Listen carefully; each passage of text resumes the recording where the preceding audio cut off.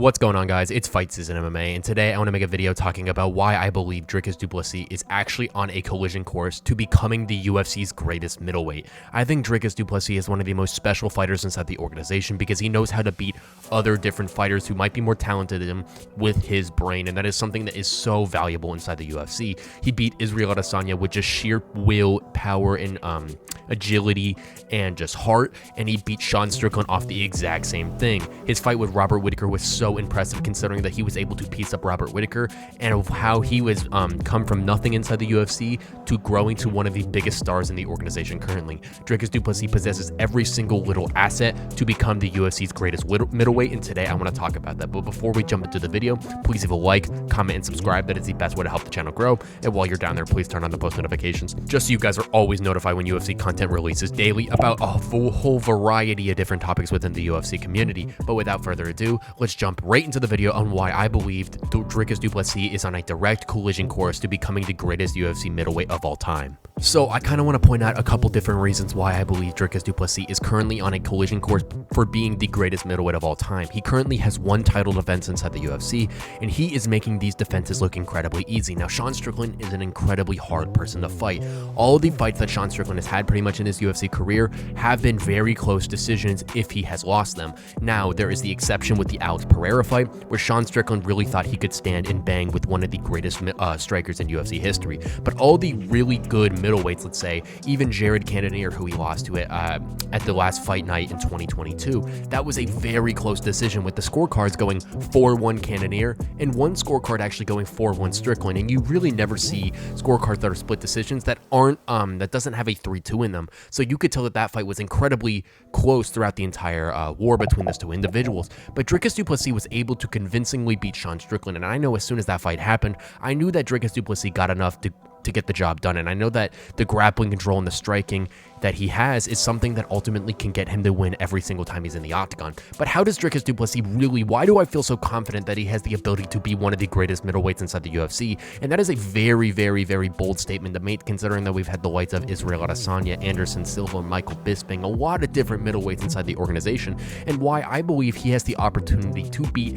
one of the greatest. And first thing I want to say is that mental fortitude and mind that he possesses. Dricus Du Plessis goes in there every single time and he says that he is going to be perfect. There is going to be nothing that derails him inside the octagon, and that is something that you have to go in, and mindset is everything in these different fights. If Dricus Du Plessis doesn't ultimately have the ability to show everyone that he is going to go win these fights, there's no one else in the organization who's going to believe in him like Dricus Du Plessis does. If you believe in yourself, that is going to give you an absolutely immense advantage against everyone. I know Israel Adesanya was super emotional in that fight, and Dricus Du Plessis was staying calm, and that was the one thing that he could do. He was confident in his ability, and he went in there and showed them that there is levels to this game of how he made Israel Adesanya not look like he was a champion for like 7 or 8 title defenses, which is something insane. He showed that there is levels to the game, considering that he is doing everything at an incredibly smart pace and doing it to where he is dominating all these fights coming up. Robert Whittaker, an incredibly hard fighter to finish,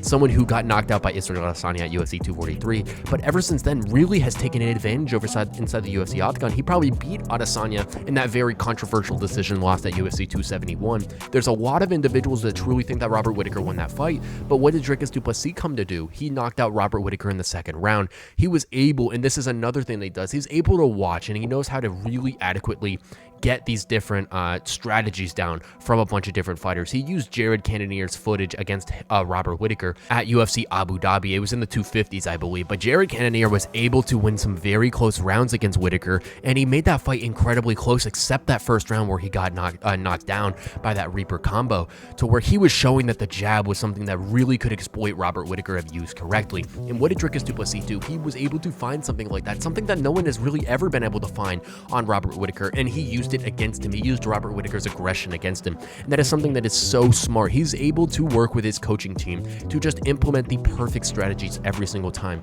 and there is something about having a good team behind you, because I know that Tim Welch at Sean O'Malley's corner got flamed for his kind of comments in the corner of O'Malley at UFC 306, where he was telling him that the fight's almost over and whatnot, and I truly believe that if Tim Welch would have told O'Malley that you got to really go get a finish, he would have put himself in a better position, not ultimately to possibly win the fight, but to show him that that this is something that you need to go out and do. And I think Dricus Du Plessis' corner is always a very, very adequate thing to tell him the truth in the corner, and that is such a massive part of being a fighter. If you don't tell your fighter the truth, it's something that your fighter is going to get very disoriented. And I understand Sean O'Malley was in there with Merab and he was kind of getting killed, but you really can't tell your fighter that he's mentally checked out already. You got to get him back in there. And Dricus's corner is something that is so very good at keeping Dricus in the mindset that he is one of the best inside the octagon, of how he can hang with everyone. Now, another thing that makes Dricus Du Plessis so fun and why I think his stardom could possibly lead him to becoming one of the biggest UFC middleweights of all time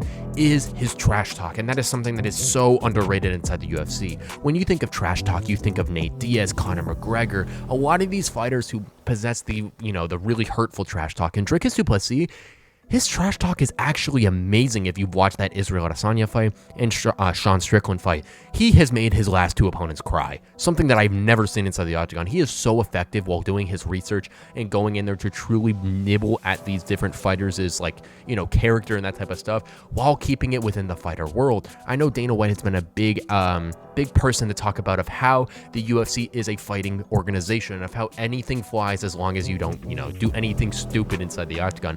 And Dricus is using every single little ability to gain him the advantage inside the octagon. And I think Dricus is just so cognizant with everything that he does inside the organization. Truly, I think that Dricus Du Plessis has a clear path. There's no one inside the UFC middleweight division that truly stands a chance, I believe. Now, I do think that Sean Strickland could get a very close decision win just because of how Sean Strickland's fighting style is. I think that Dricus Du Plessis could possibly lose to someone like Robert Whittaker, because Whittaker has shown time and time again to bounce back from different losses, and Whittaker looks better than ever, especially with his fights against Paulo Costa and Ikram Iliskerov, now fighting Khamzat Chimaev at UFC 308.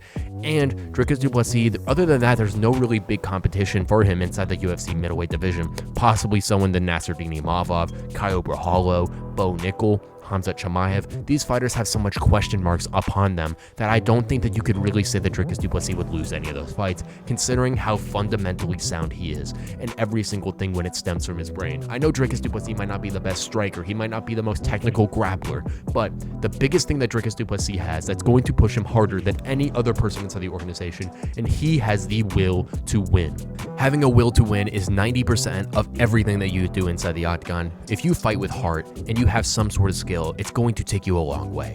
And Dricus Du Plessis was able to recognize that, to say that he understands that he can hang with any single fighter within the organization, and that he is going to show them why he is the current UFC middleweight champion, why he was doubted this entire time coming up through the organization, of how he belongs in the conversation with the greatest UFC middleweights, with his win over Israel Adesanya, with his win over Robert Whittaker, with his win over Sean Strickland. No fighter has really been able to do that. And in the modern UFC era, in these kind of 250s and later, Dricus Du Plessis has been a prominent figure in growing the organization, of being himself, of just showing that someone who might not be as technical, who has a well-rounded skill game, is going to beat any single type of other fighter. Israel Adesanya was never submitted inside the organization, and Dricus, with that will, that power to able gas out Israel Adesanya, was something so impressive to show everyone in the organization that will beats anything over skill. And that is why Dricus Du Plessis, in my opinion, is on a direct collision course to becoming the greatest UFC middleweight of all time. Thank you guys so much for watching this episode of Fight Season MMA, and please let me know what you think down below in the comment section about this take of Dricus Du Plessis being one of the greatest, or being on a collision course to becoming one of the greatest middleweights of all time. Dricus has a very bright future inside the UFC, and the middleweight division doesn't seem like it's going to be able to compete with Dricus Du Plessis' well-rounded skills. I think he's going to be able to out-wrestle someone like Sean Strickland, Israel Adesanya. I think he's going to be able to out-game plan someone like Robert Whittaker, and I think he's going to be able to outstrike the likes of Khamzat Chimaev while being able to stop the takedowns. Dricus Du Plessis is one of the most special fighters in the organization right now, and I truly believe that the sky is the limit for this individual inside the organization. He is one of the funniest characters. He is super admirable inside the organization just for what he came from. I know he was a South African champion for 2 divisions simultaneously, but truly he has shown that every single fight that he steps in the octagon, he grows another level, and that is something that is incredibly hard to do while you're on top. And I think Dricus Du Plessis truly has the genuine motivation to become one of the greatest UFC middleweights of all time, considering that he was counted out in the early part of his UFC career, and of how he believes that no one understands that he should be in the situation that he's currently in, and of how he has earned every single step of him coming into the organization and doing what he's done. Thank you guys so much for watching this episode of Fight Season MMA, and please let me know what you think down below in the comment section below. And if you haven't already, please leave a like, comment, and subscribe. That is the best way to help support the channel. And while you're down there, please turn on the post notifications just so you guys are always notified when UFC content releases. But thank you guys so much for watching, and I will catch you guys very soon with more UFC content and news.